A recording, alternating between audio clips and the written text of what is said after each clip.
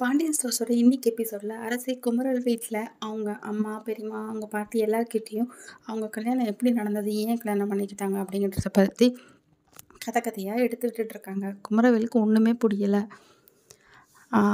எல்லாமே அடுக்கடுக்காக பொய்யா சொல்லிட்டு இருக்காங்க.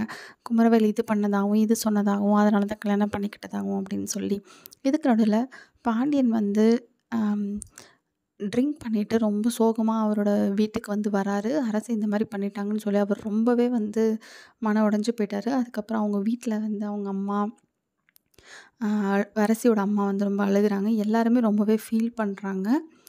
இதுதான் இன்றைக்கி எபிசோட். அதே மாதிரி அரசி வந்து குமரவேல் ரூம்குள்ளே போகிறாங்க. அங்கே குமரவேலுக்கும் அரசிக்கும் வந்து ஒரு சின்ன வாக்குவாதம் நடக்குது. அதில் அரசி வந்து கத்தி வச்சு குமரவேல் வந்து மிரட்டுறாங்க. ஸோ இனிமே வந்து குமரவேலை மிரட்டி மிரட்டி எல்லா வேலையும் வாங்க போகிறாங்க.